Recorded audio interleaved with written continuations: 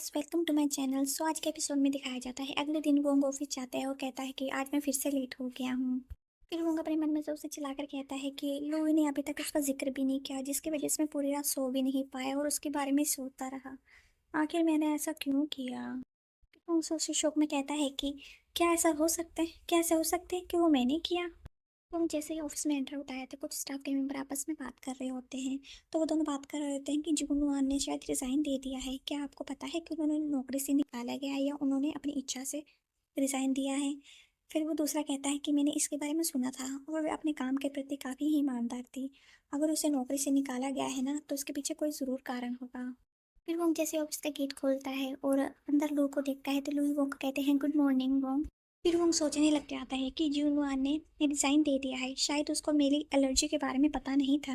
फिर लुई वो को कहते हैं कि उन्होंने कुछ पर्सनल इशू करके उन्होंने रिजाइन दे दिया है, तुम ज़्यादा मत सोचो। और उन्होंने जाने से पहले मुझे एक लेटर दिया था जो कि मैं तुम्हें दे दूँ।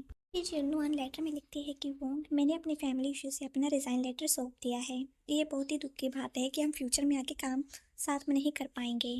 फिर नूअल लिखती हैं कि मैं असल में बहुत ही एंटी सोशल हूँ और बड़े ग्रुप में ज़्यादा घुलने मिलने में मुझे बहुत मुश्किल लगती है। मुझे ऐसा लगता है कि जैसे मैं ट्रांसपेरेंट हूँ। लेकिन जब आप आए नहीं थे तो मुझे मेरे प्रति इनकॉन्शियंस में विचारशीलता के कार्य में बहुत ही सुखद अनुभूति हुई है। जब से आप आए हो तो मुझको बहुत ही अच्छा लगता है।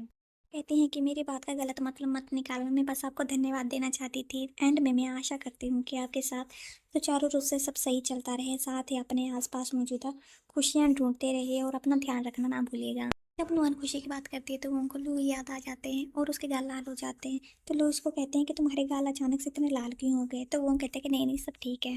फिर वो और लुई दोनों काम करने लग जाते हैं। तो लुई वो को कहते हैं कि केयरफुल रहें, अगर आपको आसानी से बग्स का सामना करना पड़ सकता है। बट वो के मन में कुछ और ही चल रहा था। वो सोचता है कि मेरी खुशी तो लुई के पास ही है। फिर वो लुई को देखने लग जाता है तो और भी शर्माने लग जाता है।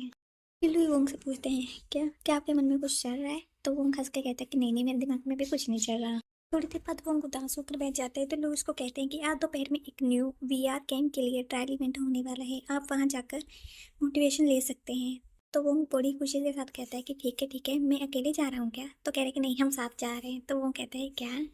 लुई और वोंग जैसे ही वो बाहर निकल जाते हैं तो वो कहता है कि मैं कुछ ज़्यादा ही सोच रहा हूँ, मैं सोचना बंद कर देता हूँ, अभी मेरे काम का टाइम है।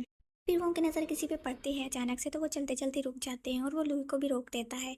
और वो देखता है कि क्या मुझे भ्रम हो रहा है, वो मेरी बहन बैठी है। तो वो देखता है कि मेरी बहन और चूयांग दोनों एक साथ कैसे बैठे हैं।